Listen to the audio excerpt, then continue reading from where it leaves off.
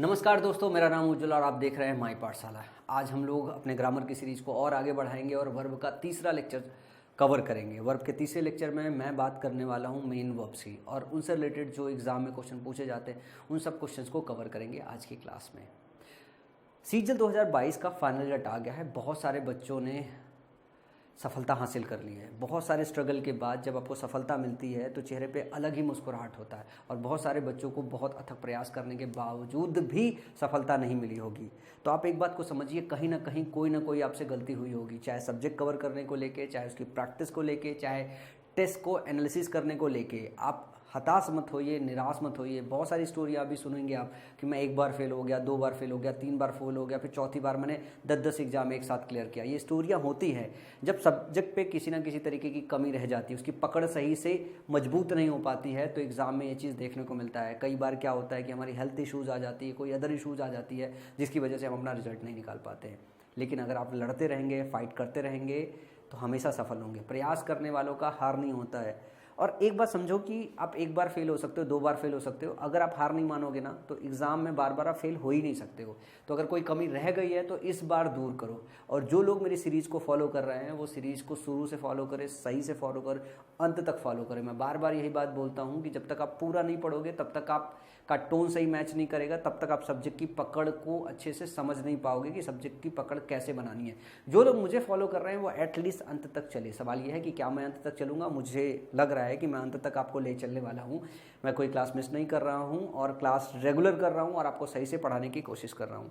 सो आज हम main verbs में चलेंगे। मेन वर्ब्स के कुछ इंपॉर्टेंट फैक्टर्स होते हैं जो हमको पढ़ना होता है। मेन वर्ब्स में देखो, मैं सब कुछ नहीं पढ़ाऊंगा।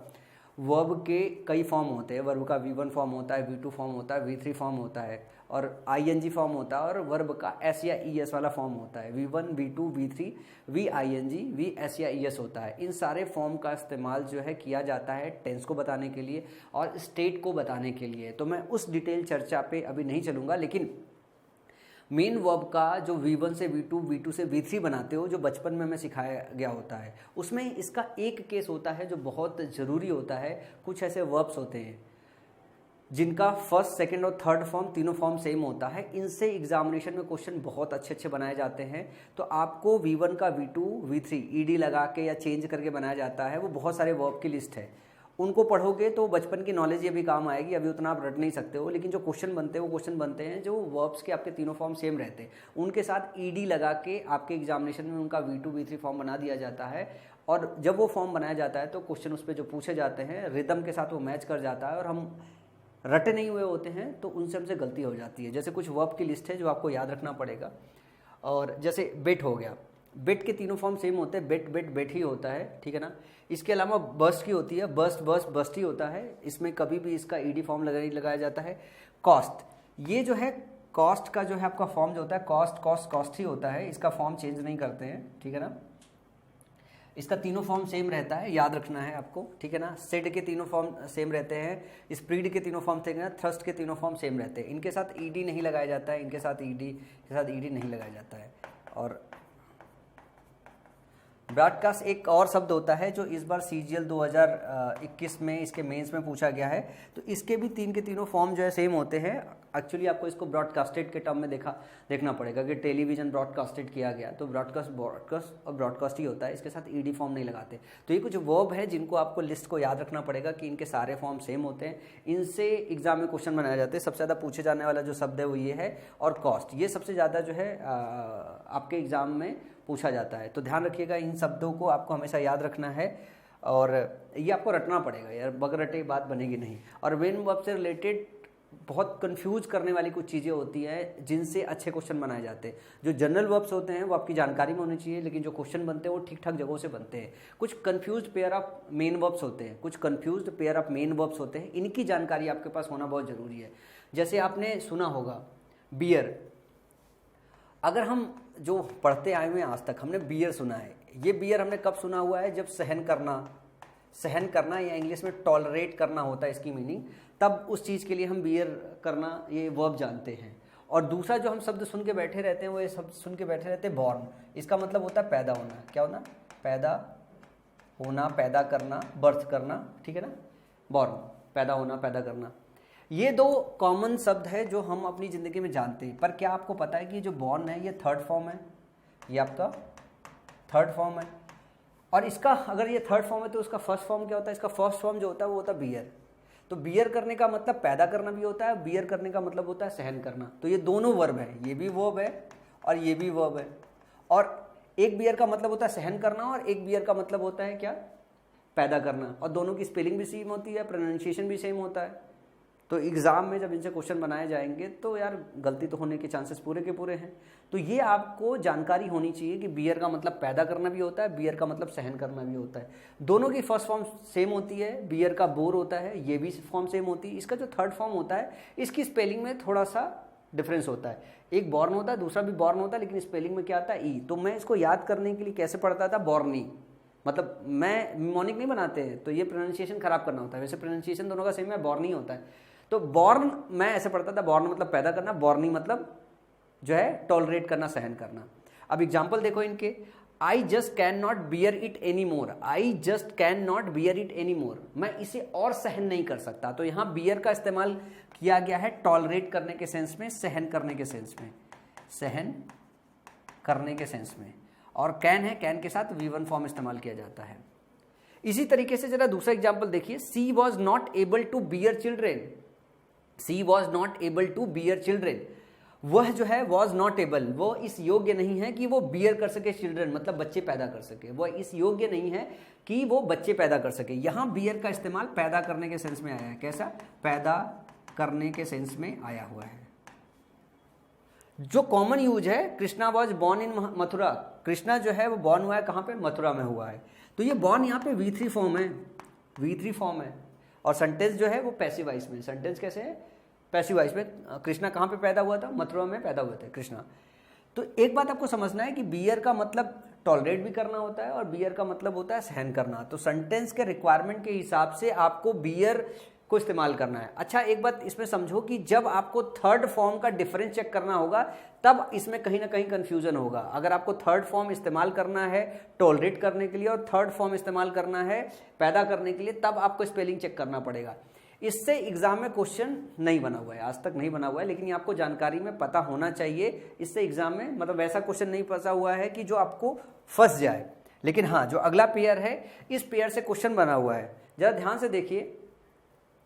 फॉल, फेल, फॉल आपको पता है फॉल का मतलब क्या होता है? ग्रेविटी के अंदर फ्री फॉल करना। ग्रेविटी के अंदर जब कोई ऊपर, जैसे मान लो मकान की छत पे हो, ऊपर से कुछ अगर इधर गिरा दिए तो ग्रेविटी के नीचे अगर कोई चीज़ गिर रहा है तो उसको क्या बोलते हैं? उसको बोलते हैं फॉल, FALL। और इसका जो V2 फॉर्म होता है वो होता है फेल। क्या होता है? फेल। और फिर V3 फॉर्म होता है fall in. Fall, fail, fall in, ये बचपन में हम रट्टा मार के आते हैं। फॉल, फेल, फॉल इन होता है। और इस फेल और इस फॉल इन, इस सब का मतलब क्या होता है? इस सब का मतलब होता है ग्रेविटी के अंदर फ्री फॉल करना। लेकिन जब ये फेल जो है V1 की तरह इस्तेमाल होता है, जब ये फेल V1 की तरह इस्तेमाल होता है तो इसका मतलब होता है काट के गिराना। जैसे पेड़ है, पेड़ को जब आप काट के गिराते हो तब उसके लिए फेल का इस्तेमाल होता है। इसका मतलब होता है काट कर गिराना, काट कर गिराना। ये फ्री फॉल नहीं है, किसी चीज को जबरदस्ती गिरा रहे हो तब आप फेल का इस्तेमाल करते हो। और फेल, फेल्ड, फेल्ड होता है, फेल, फेल्ड, फेल्ड होता है। अब ये V1 फॉर्म है और ये V2 फॉर्म है, तो कहीं अगर आपको फेल मिल गया तो आपको अंडरस्टैंड करना पड़ेगा कि आपको V2 की रिक्वायरमेंट है या V1 की रिक्वायरमेंट है, या किस मीनिंग में रिक्वायरमेंट है। तो ये है पॉइंट ऑफ कंफ्यूजन, जो कंफ्यूजन होता है जिसपे क्वेश्चन आपके एग्जामिनेशन में बन जाते हैं, जिसपे आपके एग्जामिनेशन में क्वेश्चन बन जाते हैं। जैसे one of the kids fail into the river, one of the kids fail into the river. अब यहाँ पे लिखा है कि जो बहुत सारे बच्चे थे उनमें से एक नदी में गिर गया। तो मान लो वो रिवर पे है, रिवर पे है और रिवर पे देख रहा है तो गिर गया नदी में, तो क्या होगा? इस बच्चे का फ्री फॉल होगा। क्या होगा? फ्री फॉल होगा, फ्री फॉल होगा, फ्री फॉल होगा। The logger failed a tree, जो लॉगर है उसने क्या किया? एक पेड़ को काट के गिरा दिया। अब यहाँ पे V2 फॉर्म इस्तेमाल है, ध्यान से देखिएगा, यहाँ पे V2 फॉर्म इस्तेमाल है। ये फेल जो इस्तेमाल है ये भी V2 फॉर्म है, ध्यान से देखिए, ये भी V2 फॉर्म है और ये V2 फॉर्म है। यहाँ जो रिक्वायरमेंट थी वो फ्री फॉल के लिए थी और यहाँ जो रिक्वायरमेंट है वो ये है कि काट के, पेड़ को काट के गिराने को लेके। अगला एग्जाम्पल देखो, he eventually felled his opponent with a punch to the head. अब यहाँ पे जो फेल्ड है किसी को मार के, अपने अपोनेंट को मार के उसने गिरा दिया, मार के, पंच से मारा, मार के गिरा दिया। तो जब आप ग्रेविटी के अगेंस्ट मतलब फ्री फॉल नहीं कराते हो, जब आप जबरदस्ती फोर्सफुली गिराते हो किसी चीज को, तो वहां पे फेल आपका V1 होता है। फेल क्या होता है? वहां पे आपका V1 होता है। तो ये बात समझना सेंटेंस के अंदर बहुत जरूरी होता है कि कब आपको V1 वाला फेल इस्तेमाल करना है, कब आपको V2 वाला फेल इस्तेमाल करना है। इसमें जो क्वेश्चन बनते हैं उसके लिए आपको टेंस की भी पूरी जानकारी होनी चाहिए। जब भी मैं पढ़ा लूंगा तो इसके बाद एग्जामिनेशन में आए हुए 8-10 क्वेश्चन है, वो सारे क्वेश्चन लेके आया हूँ, फिर आपको वहाँ पे समझ में आएगा। इस क्लास के एंड में वो 8-10 क्वेश्चन लेके आया हूँ जो मैं प्रैक्टिस कराऊंगा आपको। वहाँ पे आपको समझ में आएगा कि किस तरीके से क्वेश्चन बनता है और किस तरीके का कन्फ्यूजन होता है। इसके बाद अगर मैं अगला बात करूँ, उसी तरीके से फाइंड है। फाइंड का मतलब क्या होता है? पाना। और फाइंड का जो V2 फॉर्म होता है वो फाउंड होता है और फाउंड होता है। फाइंड, फाउंड होता है, इसका मतलब होता है पाना। और फाउंड V1 भी होता है, फाउंड V1 भी होता है। जब V1 की तरह इस्तेमाल हो तो इसका मतलब होता है स्थापना करना, स्थापना करना। जैसे मैं बोलूं आई फाउंडेड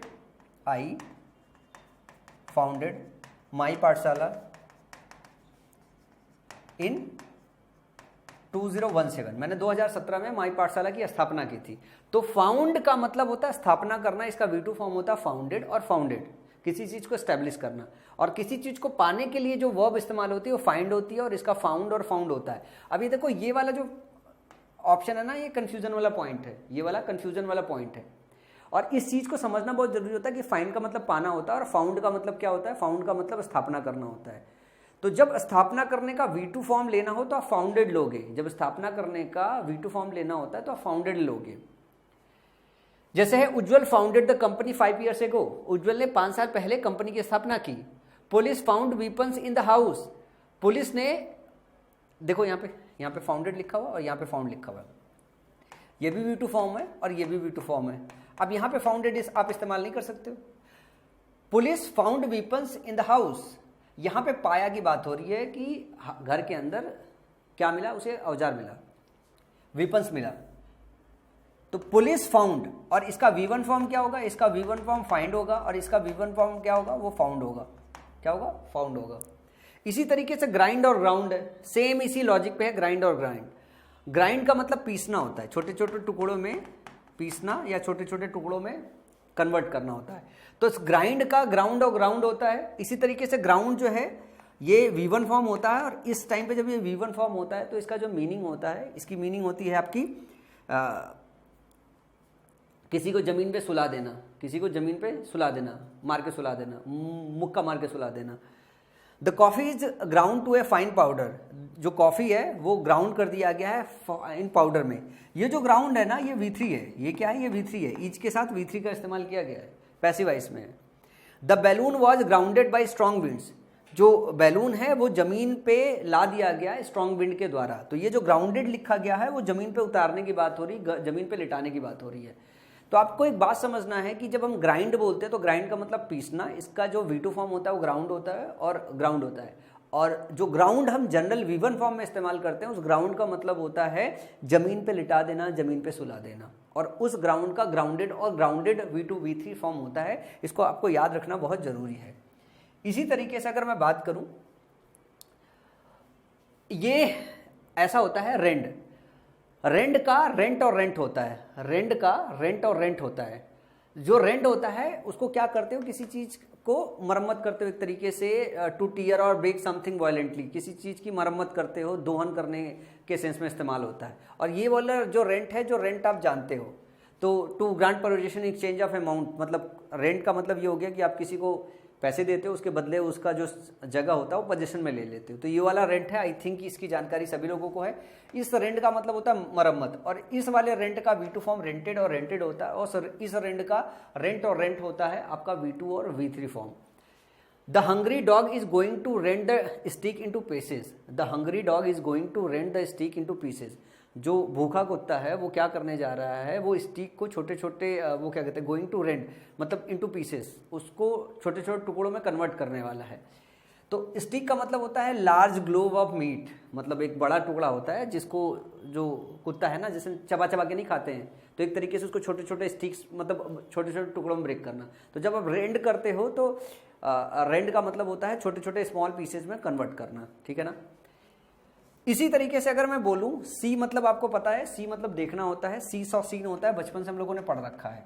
और एक सॉ होता है, सॉ का मतलब होता है काटना, सॉ का मतलब होता है काटना। और सा का जो सेकंड फॉर्म होता है वो सॉड होता है, और सॉड होता है इसका मतलब होता है कट करना। तो ये एक कंफ्यूजन का पॉइंट बनता है कि ये सॉ जो इस्तेमाल हुआ है वो किस मीनिंग में इस्तेमाल हुआ है, इसके V2 फॉर्म में इस्तेमाल हुआ है या इस मीनिंग के V1 फॉर्म में इस्तेमाल हुआ है। जैसे I saw him this morning, मैंने उसे इस सुबह देखा, तो यहां पे देखने की बात हो रही, सॉ यहां पे V2 फॉर्म है।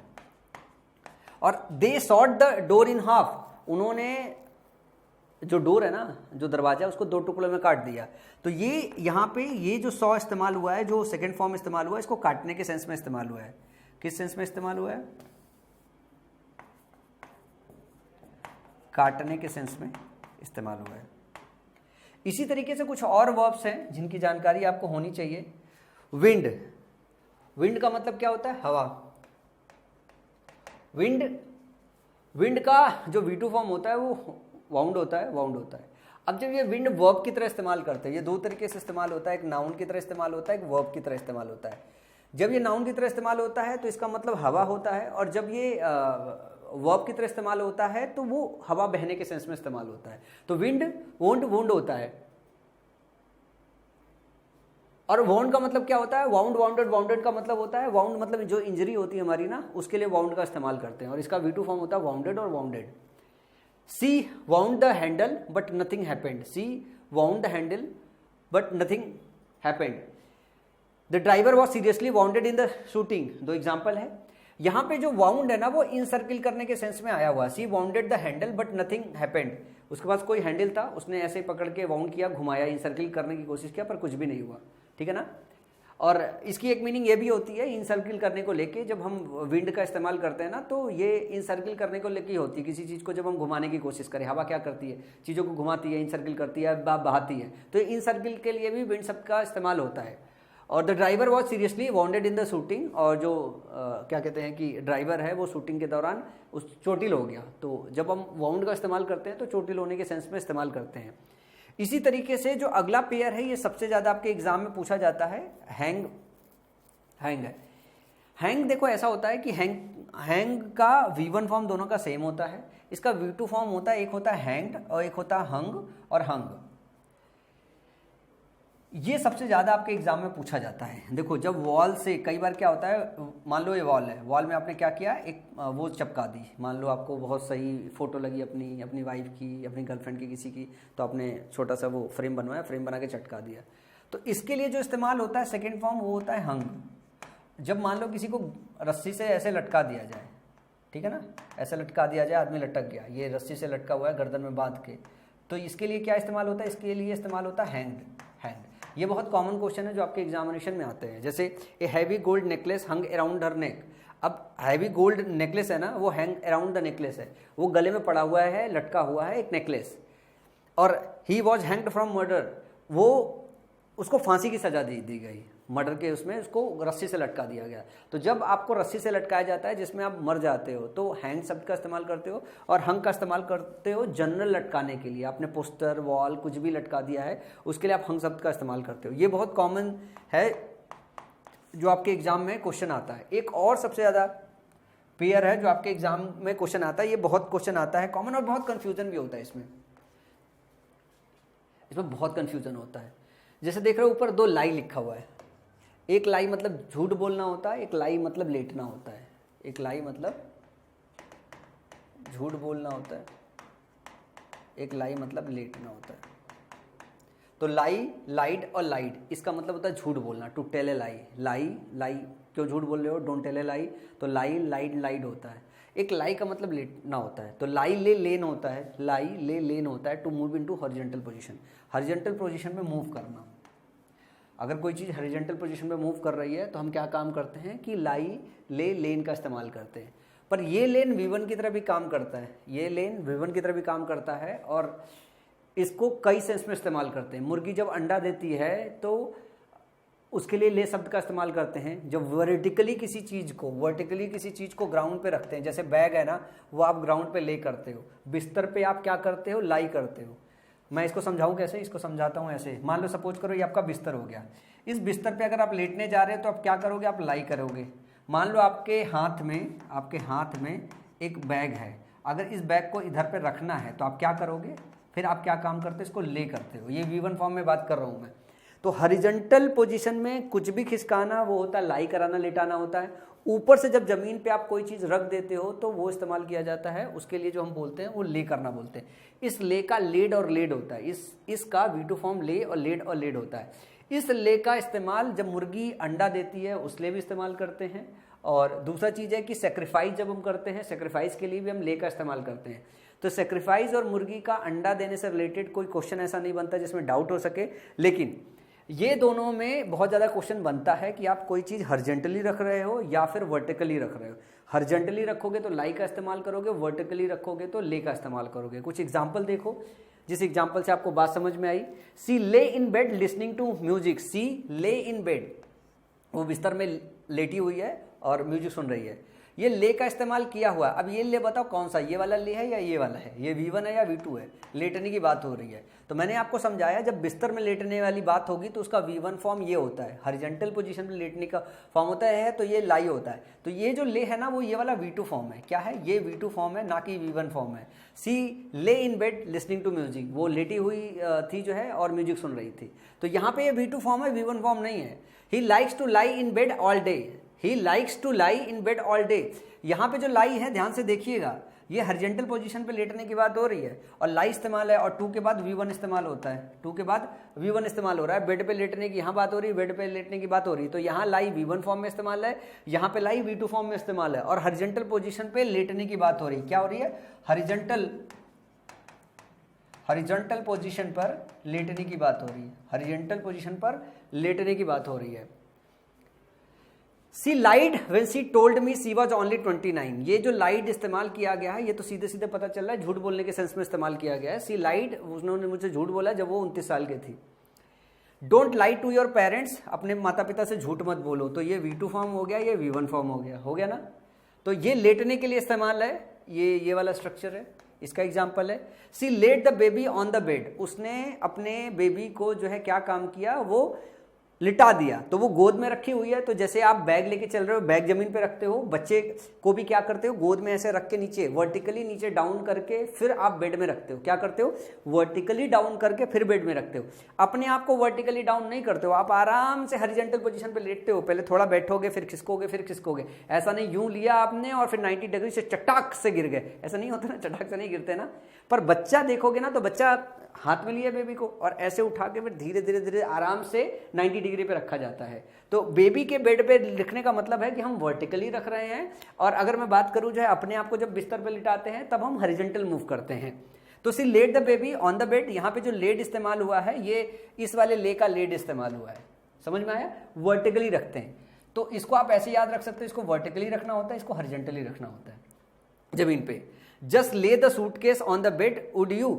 अब यहाँ पे सूटकेस जो है बेड पे रखने की बात हो रही है, ये भी वर्टिकल रखने की बात हो रही है। A pen lay on the desk, a pen lay on the desk.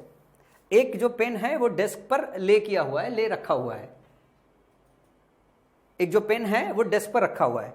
तो पेन पे अगर ए pen lay on the desk, तो जो पेन पे कोई भी बंदा रखेगा तो डेस्क पे कैसे रखेगा, कोई रखेगा ना। पेन अपने आप से तो हॉरिजॉन्टल पोजीशन पे नहीं जाएगा ना, कोई ना कोई।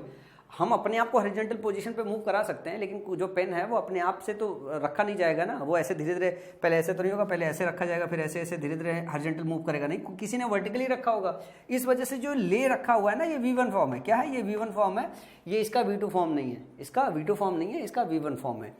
इससे रिलेटेड बड़े अच्छे अच्छे क्वेश्चन आपके एग्जामिनेशन में आते हैं, बहुत सही क्वेश्चन आते हैं। तो ये एग्जाम के कुछ आए हुए क्वेश्चन हैं, इन पे बेस, जरा इनको ध्यान से देखिएगा। पहला क्वेश्चन है, the boy laid in the shelter for a long time before somebody come rescue him. यहाँ पे बोला जा रहा है कि जो लड़का है laid in the shelter for a long time before somebody came rescue him. तो आपको पता है कि लाई और ले दो चीज़ होता है, और लाई इसका मतलब होता है हॉरिजॉन्टल पोजीशन पे लेटना और इसका मतलब होता है वर्टिकल पोजीशन में लेटना। तो जो ले होता है इसका जो फॉर्म होता है वो लेड और लेड होता है, और इसका फॉर्म होता है लाई ले लेन, ये इसके फॉर्म होते हैं। बस आपको यहाँ पे ये देखना है कि अगर ये हॉरिजॉन्टल पोजीशन पे लेटने वाली बात है तो ये लेड गलत है, क्योंकि वर्टिकल के लिए इस्तेमाल होता है।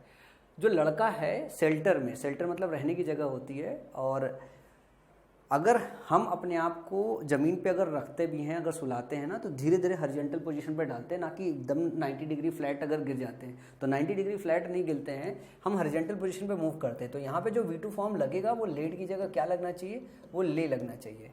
इसी तरीके से क्वेश्चन नंबर 2 ध्यान से देखना। The doctor advise Mr Murugan that because of his severe cramp he should lay in the bed for a few days.